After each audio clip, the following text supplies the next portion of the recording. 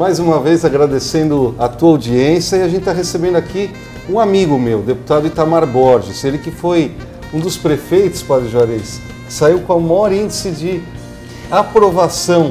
Eu até sugeria, olha, devia entrar no Guinness Book, sabia? Guinness Book. Porque é verdade, um político saiu com quase 100% de aprovação. Quase 100%. Eu não sei se é mentira, Itamar, mas todo mundo não, me fala é verdade, isso. É verdade. É verdade, não é? Foi interessante. Eu acho que foi uma administração muito participativa, né? Ricardo, Juarez de Castro, padre. E nós envolvemos muito a população e tivemos a sorte aí, claro que num trabalho em equipe, de ter uma aprovação de 97%. Aí, mas você foi prefeito lá quantas vezes mesmo? 3 vezes. 3 vezes? Fui vereador com 20 Olha, anos de idade, prefeito a primeira vez em 93 com 24, depois prefeito... Foi um dos prefeitos mais novos do país, deve ter sido. Era o mais novo do estado e o segundo do Brasil na oportunidade. Nossa, que beleza, olha. Depois fui até 2001, 2004, 2005, 2008. E depois vim atuar no governo, na Secretaria de Meio Ambiente. E após essa atuação me candidatei a deputado estadual. Hoje estou aqui na Assembleia, trabalhando com algumas bandeiras e também com foco um pouco naquela região de onde eu comecei a minha atuação política. E você tem uma relação grande com a questão de meio ambiente, né, então? Porque a gente vê no ranking, que tem aquele ranking do Estado, sim. Santa Fé, sempre quando você estava prefeito, estava sempre lá na ponta, como a questão do selo verde, responsabilidade ambiental. De onde vem essa tua ligação com essa questão ambiental?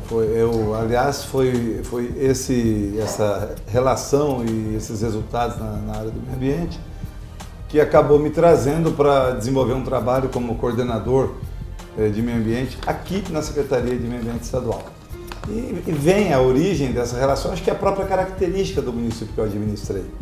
Santa Fé do Sul ela tem uma característica de um turismo ecológico, é uma cidade onde tivemos o impacto da represa hidrelétrica de Ilha Solteira, de Três Irmãos, e com isso teve que se adaptar a essa situação e conviver com o desenvolvimento num município onde a agricultura é que prevalecia, mas com aquela inundação você tinha algumas questões legais, ambientais, que você tinha que conviver com ela, e isso vai despertando na população.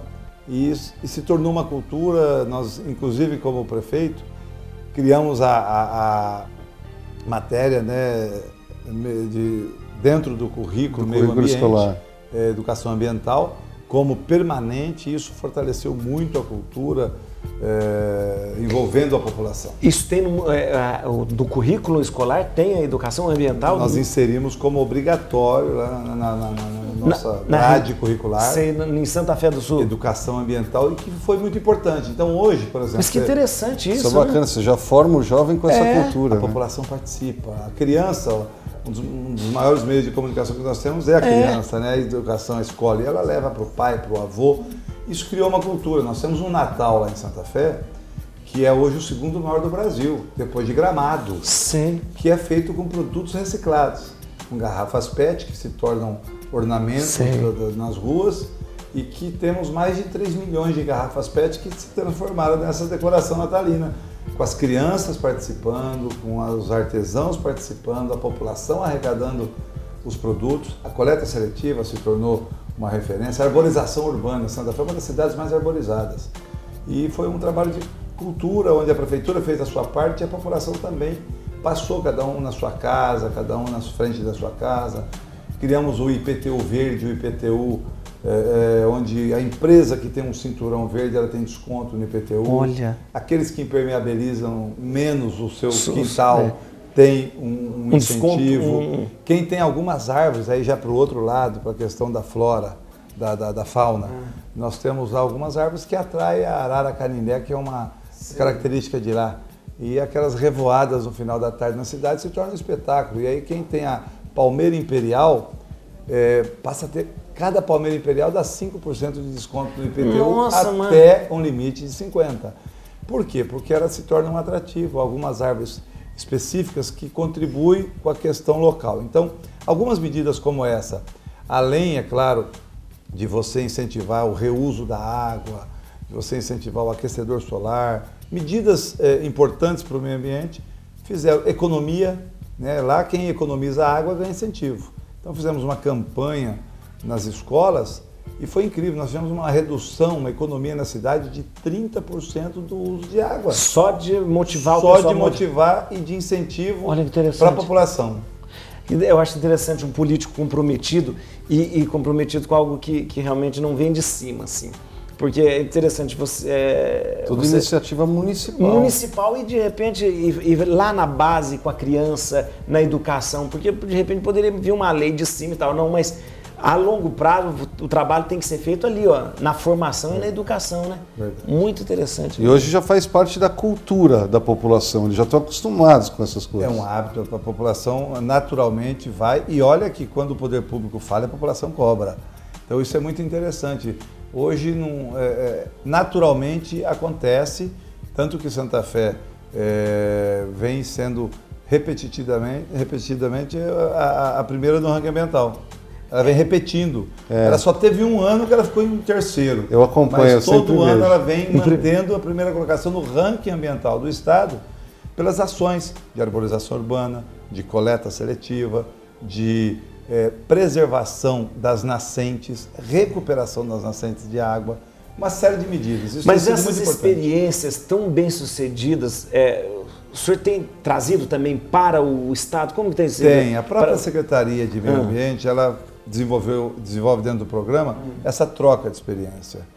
E aí ela acaba levando para as outras cidades aquilo que deu certo para que a cidade possa ou copiar, ou adaptar, ou adequar de alguma forma, né, para a sua realidade. E isso tem dado muito resultado em várias situações.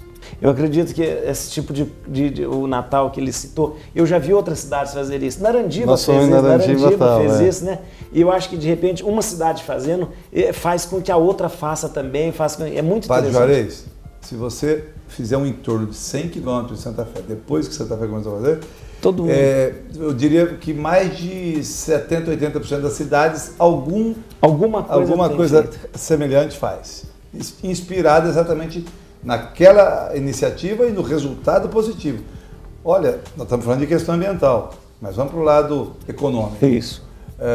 Santa Fé, no período de novembro e dezembro, o comércio chega a aumentar 2.000% o consumo e a visitação. A cidade, uma pequena cidade de 30 mil habitantes, muito pequena, Santa Fé, recebe por dia 10 mil visitantes para ver o Natal, para circular pelas ruas. O comércio quase que não suporta. Um terço a mais, é claro, quase não suporta. Um terço da população aumenta é. Todos os dias. Você tem, num período ali, 400 mil pessoas visitando a cidade, movimentando a cidade durante todo esse período de Natal. Aliás, fez com que Santa Fé se tornasse, no estado de São Paulo também no Brasil, por 3 anos seguidos, a cidade que mais empresas abriram, que mais empregos foram gerados, proporcionalmente ao tamanho da cidade, dando à cidade o título de primeiro lugar em empreendedorismo no estado e no país, levando essa experiência de Santa Fé para o Sebrae e para várias prefeituras do estado e numa troca de experiência no exterior, na Itália, que foi quando o norte da Itália foi destruído com a Segunda Guerra Mundial e se ressurgiu na micro e pequena empresa, no associativismo, no incentivo do poder público local para gerar emprego e renda, que era muito semelhante. Isso acabou, você percebe que uma medida interfere na outra. Você falou de empreendedorismo, você é presidente da Frente Parlamentar do Empreendedorismo aqui na Assembleia Legislativa. Isso. Explica para quem está nos assistindo. Explica agora não, explica depois. Depois? Depois. Tá bom. Depois. Olha, daqui a pouco a gente volta, viu? Tem mais coisa muito interessante aí. O prefeito com o maior índice de aprovação. Olha, Guinness Book. Daqui a pouco a gente volta.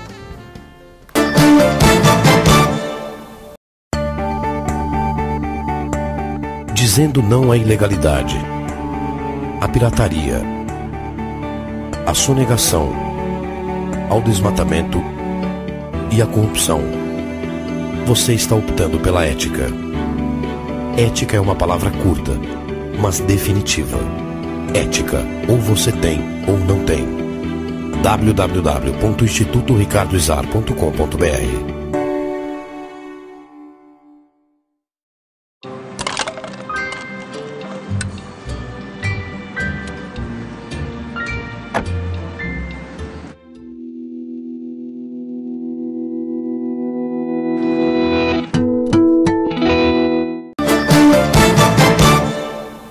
Estamos de volta aqui com o deputado Itamar Borges. A gente estava lembrando antes, ele foi um dos prefeitos com maior índice de aprovação pelo seu trabalho vibrante, né, de a sua atuação exemplar na questão do meio ambiente. Mas não só isso levou o deputado a criar a Frente Parlamentar de Empreendedorismo que você estava perguntando, né? Estava perguntando. Eu queria que o Itamar falasse para quem está assistindo o que é uma Frente Parlamentar primeiro e aí explicar o que faz a Frente Parlamentar do Empreendedorismo. Eu presido 2 frentes parlamentares na Assembleia, do empreendedorismo e enfrentamento à guerra fiscal e a Frente Parlamentar das Santas Casas e Hospitais Filantrópicos. A Frente Parlamentar é um instrumento do Legislativo de levantar bandeiras, defender políticas públicas, ações em benefício e soluções a problemas que aflige a comunidade, a população, que acaba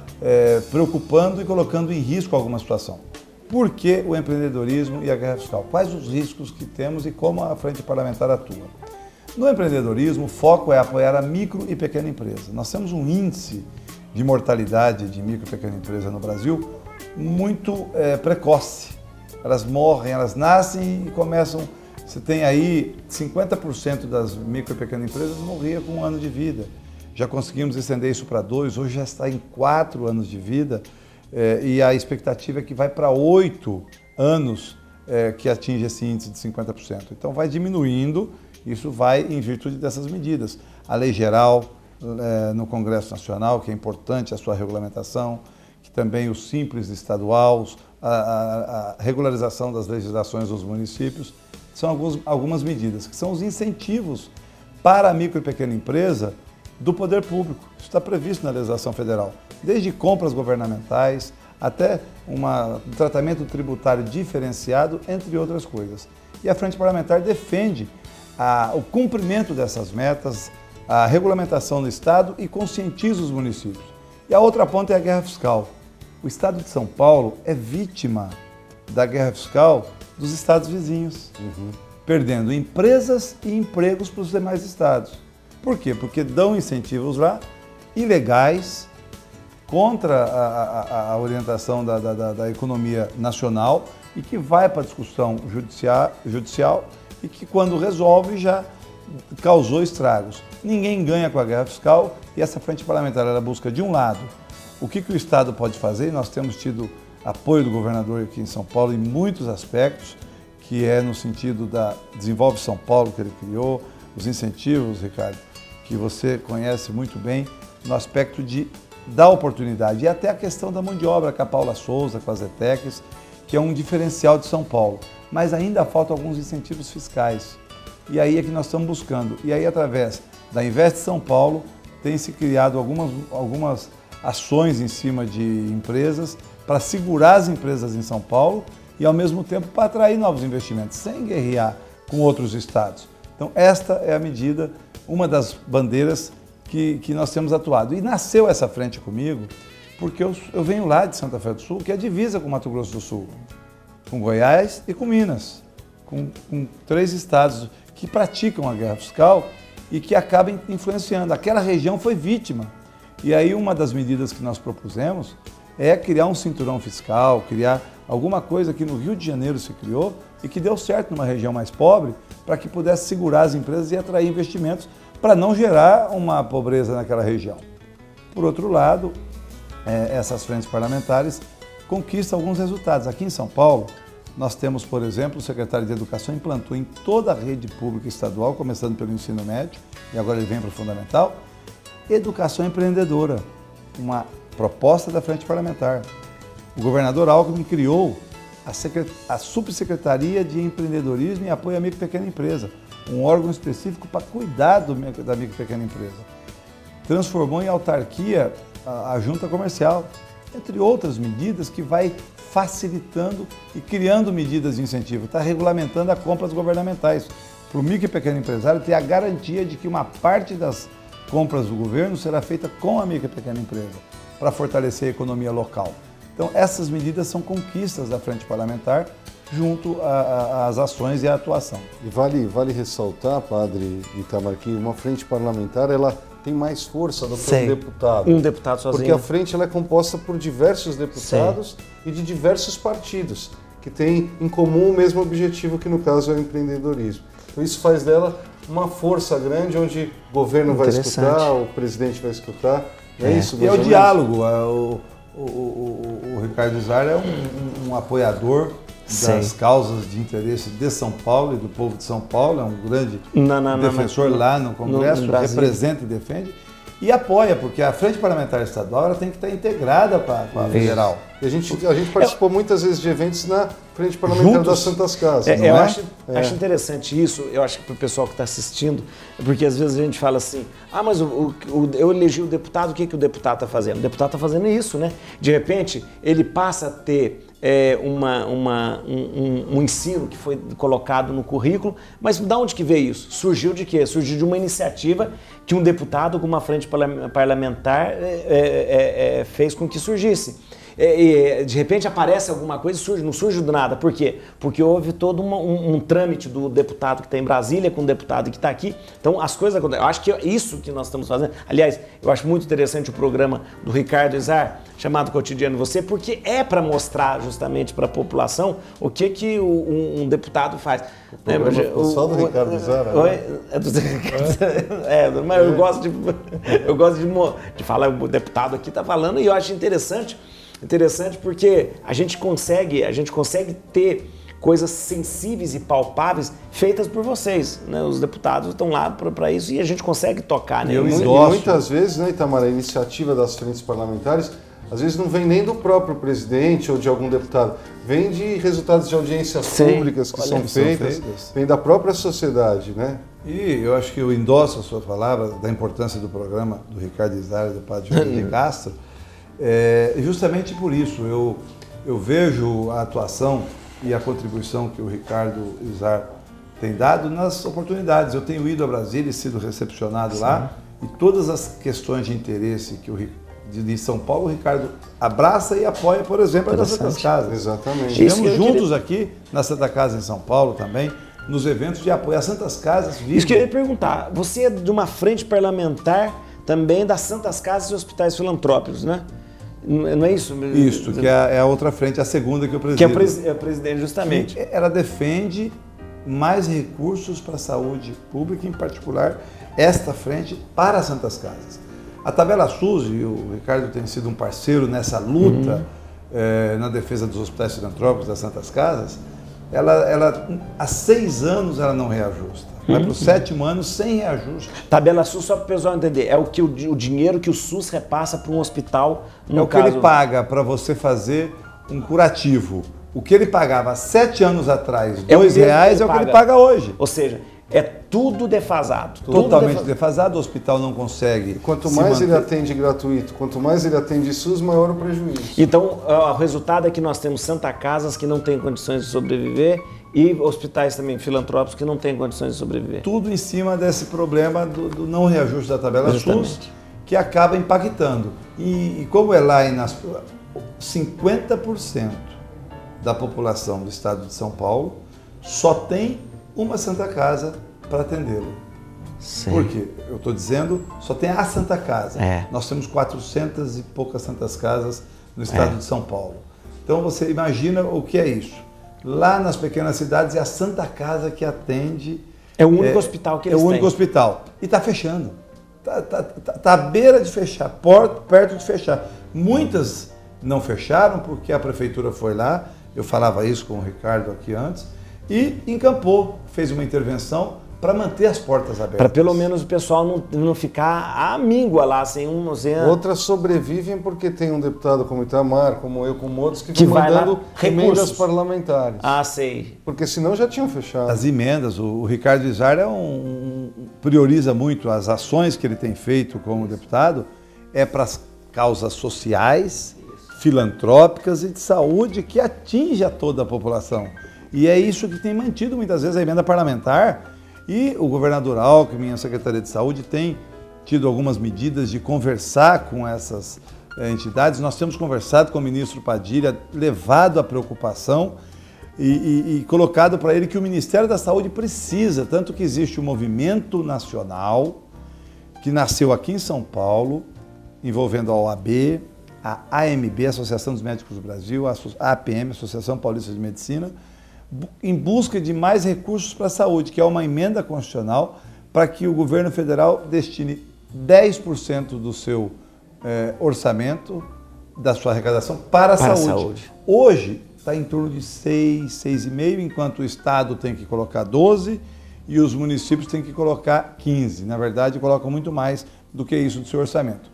É um movimento nacional, precisa de 1.500.000 assinaturas, já tem uma grande coleta, os magistrados estão ajudando, os clubes de serviço estão ajudando, os parlamentares, cada um na sua base, tem buscado esse apoio, as Santas Casas coletando assinatura.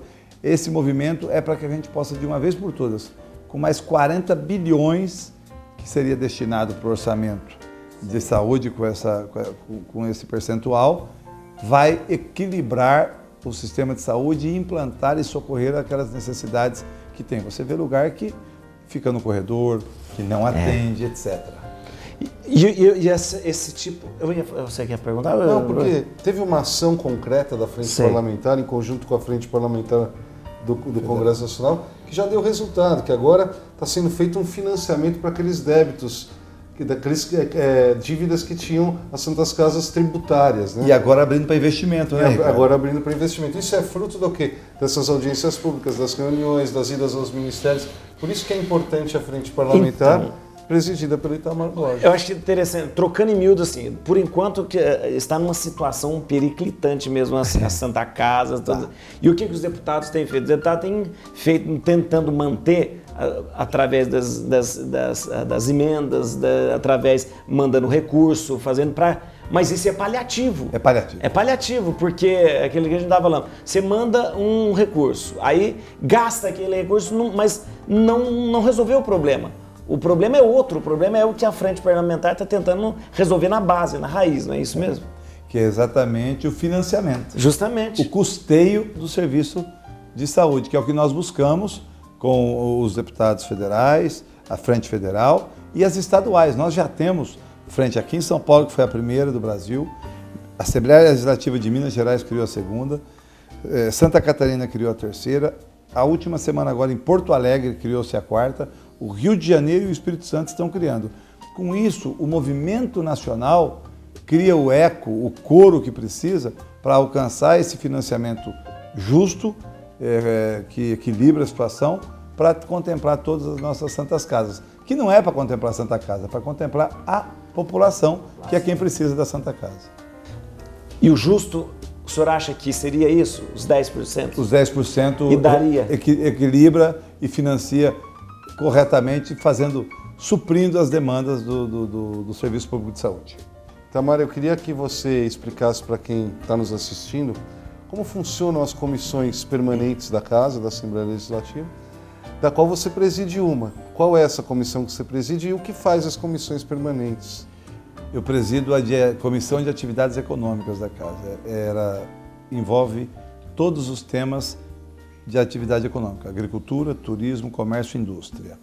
Todos os assuntos, todos os projetos de lei com essa característica que interfira na economia tem que receber um parecer dessas comissões. Essas comissões, elas emitem o parecer, analisam o impacto para que ela possa ter o seu andamento e a sua votação com aqueles pareceres específicos, seja do seu impacto, seja da sua constitucionalidade, aí tem a outra comissão permanente que é de Constituição e Justiça, a sua interferência no orçamento, que é de Finanças e Orçamento. Portanto, são pareceres e análises que são feitas nos projetos que tramitam na Casa de Leis. E você vai deixar um recado para quem está assistindo a gente, que já está acabando, né, Paulo? Está acabando, isso mesmo.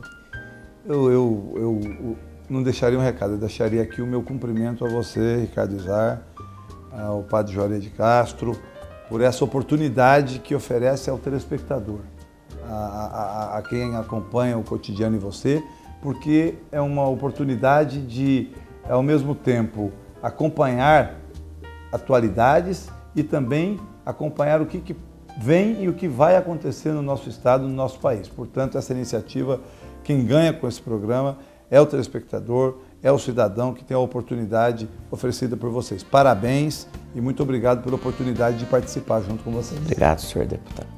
E você fica agora com algumas notícias de Brasília no próximo bloco.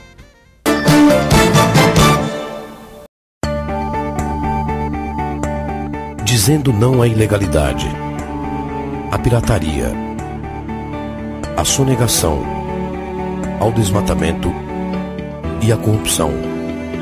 Você está optando pela ética. Ética é uma palavra curta, mas definitiva. Ética, ou você tem ou não tem. www.institutoricardoizar.com.br. Era uma vez uma casca de banana. Veio a reciclagem e a transformou em adubo, que vira produção agrícola e até energia. Você tem um papel importante nessa história. Coloque os restos de alimentos e outros materiais orgânicos no lixo úmido, separados dos papéis, vidros, metais, plásticos e de todo o lixo seco. Isso facilita o trabalho dos catadores, gera empregos e poupa recursos naturais. Mude de atitude, separe o lixo e acerte na lata. Governo Federal. Essa semana passada nós tivemos junto do IBAMA. O IBAMA havia sido comentado um boato, talvez uma verdade, de que ele aumentaria a lista PET. O que é a lista PET? É a lista dos animais silvestres que podem ser comercializados nas pet shoppings e assim por diante. Então nós fomos até o presidente do IBAMA para pedir que essa lista fosse diminuída, se possível fosse zerada. Zerada é uma missão quase impossível hoje em dia, mas a gente acho que teve um resultado bom. Com a conversa vão ser feitas audiências públicas e vão ser ouvidas algumas partes como Polícia Ambiental, Conselho de Biólogos, Conselho de Veterinários, porque essa é uma batalha que a gente tem que ter. Tem que diminuir essa lista PET, a quantidade de animais silvestres comercializados. Porque só assim a gente vai diminuir o tráfico de animais. A gente sabe que hoje existe muita falsificação de anilhas, o tráfico é muito grande e os maus tratos com esses animais são muito grandes. Então eu acho que a gente tem que lutar para diminuir essa lista e, se Deus quiser, um dia ter a lista zero, para que a gente veja esses animais não em gaiolas e sim no seu habitat normal. E nós vamos ficando por aqui, esperamos você no próximo programa.